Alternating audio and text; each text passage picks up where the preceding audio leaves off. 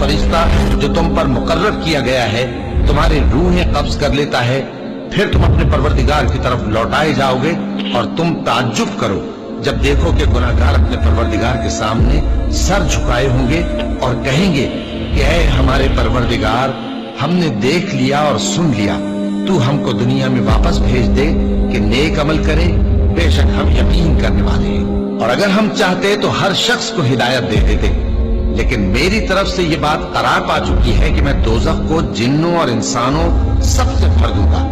सो अब आग के मजे चखो, इसलिए कि तुमने इस दिन के आने को भुला रखा था।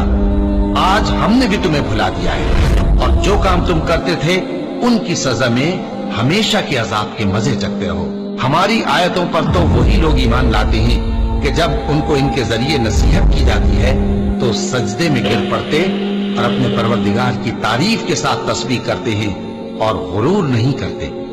उनके पहलू बिछोनों से अलग रहते हैं, इस हाल में कि वो अपने परवरदिगार को खौफ और उम्मीद से पुकारते और जो कुछ हमने उनको दिया है उसमें से खर्च करते हैं। सो कोई शख्स नहीं जानता कि उनके लिए कैसी आंखों की ठंडक छुपाकर रखी गई है।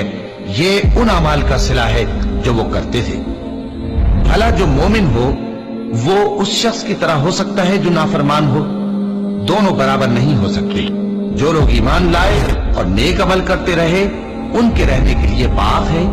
ये मेहमानी उन कामों की जजा है जो वो करते थे, और जिन्होंने नाफरमानी की उनके रहने के लिए दोज़ख है। जब चाहेंगे कि उसमें से निकल जाएं तो उसमें लौटा दिए जाएंगे और उनसे कहा जाएगा कि जिस दोज़ख के अजाब को तुम झूठ समझते थे उसके मजे चखो, और हम उनको क़यामत के बड़े अजाब से पहले दुनिया के अजाब का भी मजा चखाएंगे। शायद वो हमारी तरफ लौट आए। और उस शख्स से बढ़कर जालिम कौन जिसको उसके परवरदिगार की आयतों से नसीहत की जाए तो वो उनसे मुंह फेर ले। हम गुनाहगारों से जरूर बदला लेने वाले हैं, और हमने मूसा को किताब दी तो तुम उनसे मुलाकात होने से मुताल्लिक शक में न होना। और हमने उस किताब को बनी इसराइल के लिए जरियाए हिदायत बनाया था, और उनमें से हमने पेशवा बनाए थे जो हमारे हुक्म से हिदायत किया करते थे, जबकि वो सब्र भी करते थे और वो हमारी आयतों पर यकीन रखते थे। बिला शुबा तुम्हारा परवरदिगार ही उनमें जिन बातों में वो इख्तिलाफ करते थे क़यामत के रोज फैसला कर देगा। क्या इनको इस अम्र से हिदायत न हुई कि हमने इनसे पहले बहुत सी उम्मतों को जिनके रहने के मकामात में ये लोग चलते फिरते हैं हलाक कर दिया? बेशक इसमें निशानियां हैं, तो ये सुनते क्यों नहीं? क्या इन्होंने नहीं देखा कि हम बंजर जमीन की तरफ पानी रवां करते हैं, फिर उससे खेती पैदा करते हैं जिसमें से इनके चौपाए भी खाते हैं और ये खुद भी खाते हैं? तो ये देखते क्यों नहीं और कहते हैं अगर तुम सच्चे हो तो ये फैसला कब होगा?